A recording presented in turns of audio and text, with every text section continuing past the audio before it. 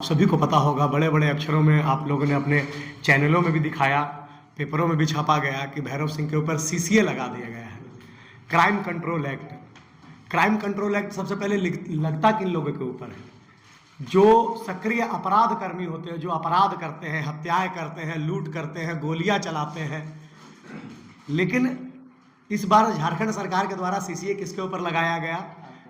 मेरे ऊपर लगाया गया। मैं क्या करता हूँ? मैं आंदोलन करता हूँ, महिलाओं की सुरक्षा को लेकर के आवाज उठाता हूँ, बच्चों के रोजगार को लेकर के, युवाओं के रोजगार को लेकर के आवाज उठाता हूँ। समाज में बढ़ रहे जो अत्याचार है, जो अपराध है, जो महिलाओं के साथ बदसलूकी हो रही है, जो चैन स्नेचिंग हो रहा है, जो चोरी डकैती हो रहा है, और अपराध कर्मी खुले तौर पर रोड में और जो है गोलियों से फायर कर रहे हैं, इस प्रकार के अपराधियों के विरोध में विषय उठाने वाले व्यक्ति पे भी सीसीए लगा दिया जाता है। तो यह लोकतंत्र का अपमान है। आपको मैं अपने केस के बारे में अगर डिटेल में बताऊं तो मैं अपने एक एक केस के बारे में आपको मैं डिटेल में बता सकता हूं। 2025 में डेली मार्केट कांड संख्या 2002/2025 मेरे ऊपर यह केस किया गया था 29/8/2015 को। और कारण क्या था कि कारण करने का मुख्य वजह था कि मेन रोड काली मंदिर में गौ का मांस फेंक दिया गया था। मैं रोड में उतर कर विरोध कर रहा था कि यह गलत है, हमारे देवी देवताओं का अपमान है, सनातन धर्म का अपमान है कि आप मंदिर में गौमांस फेंक रहे हैं। जिन्होंने गौमांस फेंका उनकी एक भी ऐसे व्यक्ति के अपराधी की गिरफ्तारी नहीं हुई। एफआईआर किसके ऊपर हुआ? भैरव सिंह के ऊपर। 808/15 सेम एक ही दिन एक ही घटना को लेकर 2 थाना में केस हुआ, 215 डेली मार्केट में और 808/15 कोतवाली थाना में, वही गौमांस फेंकने के विरोध करने के ऊपर। 9/2017 में इसका सारांश है, महावीर जयंती के अवसर पर बजरंग दल और विश्व हिंदू परिषद और अन्य हिंदू संगठनों के द्वारा एक बाइक रैली निकाली गई थी, जिसमें गाजा बाजा लगा करके जय श्री राम का नारा लगा करके और लोग रोड से जा रहे थे। छत्ता मस्जिद के पास उनको रोक लिया जाता है, एकरा मस्जिद के पास, और वहां पर लाठी डंडों से उन्हें मारा जाता है, उन्हें जख्मी कर दिया जाता है। और उन लोगों के समर्थन में मैं जब हॉस्पिटल उन लोगों से मिलने जाता हूं और इसका पुरजोर विरोध करता हूं कि क्या भारत में रह करके हिंदुओं को महावीर जयंती के उपलक्ष्य में भी जय श्री राम का नारा लगाने का अधिकार नहीं है क्या? तो जिन लोगों के द्वारा विश्व हिंदू परिषद और बजरंग दल के कार्यकर्ताओं को जख्मी किया जाता है, उनका अरेस्टिंग एक भी नहीं होता है। एफआईआर किसके ऊपर हो जाता है? भैरव सिंह के ऊपर। 43/2018 ये भी सेम केस है, आंदोलन करने गए लोगों के ऊपर जो है लाठी डंडे बरसा दिए गए थे, असामाजिक तत्व तथा कथित, और मैं केवल यह बोलूंगा कि बरसाने वाले सनातनी नहीं थे। ऐसे कई एफआईआर मेरे ऊपर किए गए हैं। कोई भी एफआईआर डायरेक्ट मेरे ऊपर नहीं है।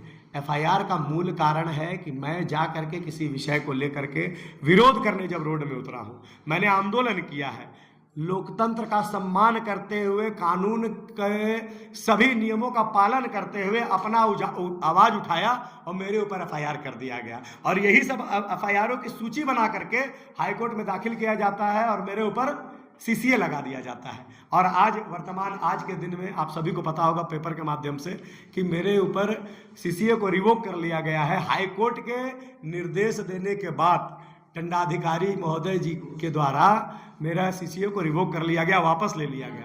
अब मैं यह प्रश्न पूछना चाहता हूं आप सभी चैनलों के माध्यम से, आपके सभी दर्शकों से और वर्तमान सरकार से, कि मैंने जो इतने दिन 6 महीने जो मैंने जेल में बिताए बिना कोई अपराध किए, बिना कोई गुनाह किए, क्योंकि एक भी अपराध अभी तक मेरे ऊपर साबित नहीं हो सका है।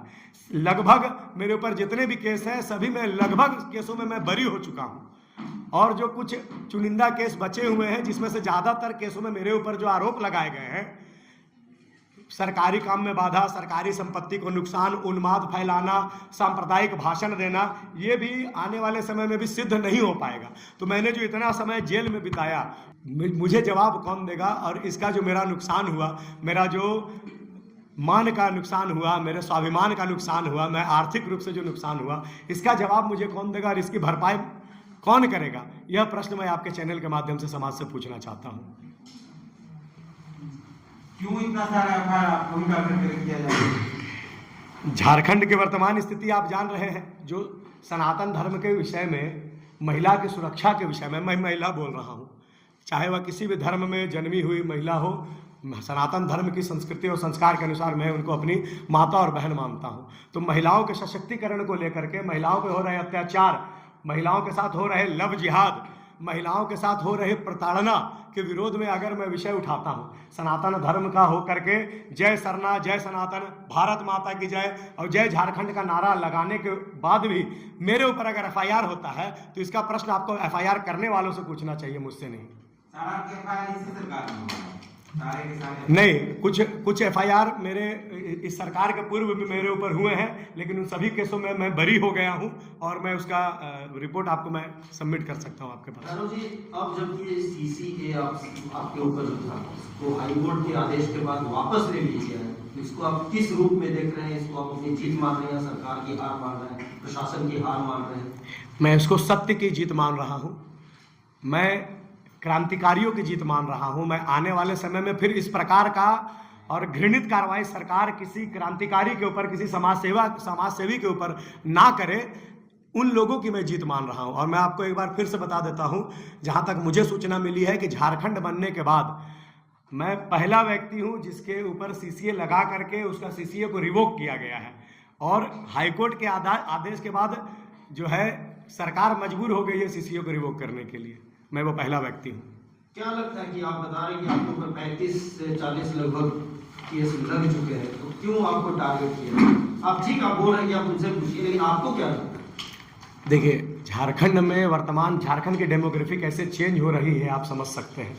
चाहे वह संथाल परगना की बात हो, चाहे वह छोटा नागपुर की बात, पूरे छोटा नागपुर प्लेट्यू की बात हो, चाहे वह रांची के अन्य ग्रामीण क्षेत्रों की बात हो, चाहे वह गोड्डा, पाकुड़, दुमका, देवघर, हजारीबाग जैसे क्षेत्रों की बात हो, जहां पर बांग्लादेशी रोहिंग्या भारी संख्या में और अवैध तरीके से घुस रहे हैं। और मैं जाकर के कार्यक्रम में हजारों लोगों के बीच में ये विषय उठाता हूं कि ऐसे बांग्लादेशी और रोहिंग्या यहाँ पर आ करके यहाँ के जो स्थानीय लोग हैं, हमारे जो स्थानीय झारखंडी लोग हैं, जो गरीब लोग हैं, जो दहाड़ी मजदूरी का काम करते हैं, 300-400 रुपये में दिन भर अपना खून पसीना बहा करके और बहुत मुश्किल से अपना पेट भरते हैं, ऐसे लोगों का रोजगार छीनने का काम कौन लोग कर रहे हैं? तो बांग्लादेशी और रोहिंग्या लोग आकर के कर रहे हैं। जो 300 रुपये में दिहाड़ी इन लोगों को मिलता है, झारखंडी मजदूरों को, वो 200 रुपया 150 रुपया में उनका काम करके और उनका रोजगार छीन ले रहे हैं। ऐसे लोगों को विरोध करते हुए मैं बोलता हूँ कि झारखंड में अगर काम करना है तो उस पर पहला अधिकार हमारे लोगों का होना चाहिए। कोई बाहरी आकर के, कोई विदेश से आकर के अगर हमारा रोजगार छीने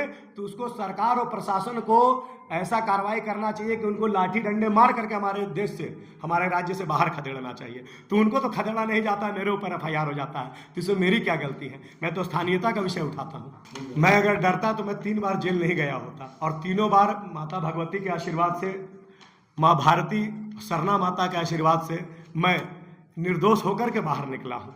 तो ये आप समझना चाहिए आप लोगों को, यह कानून की, केवल कानून की नहीं, यह सत्य का जीत है, यह समस्त क्रांतिकारियों का जीत है, समस्त देशभक्तों का जीत है, समस्त सनातनियों का जीत है।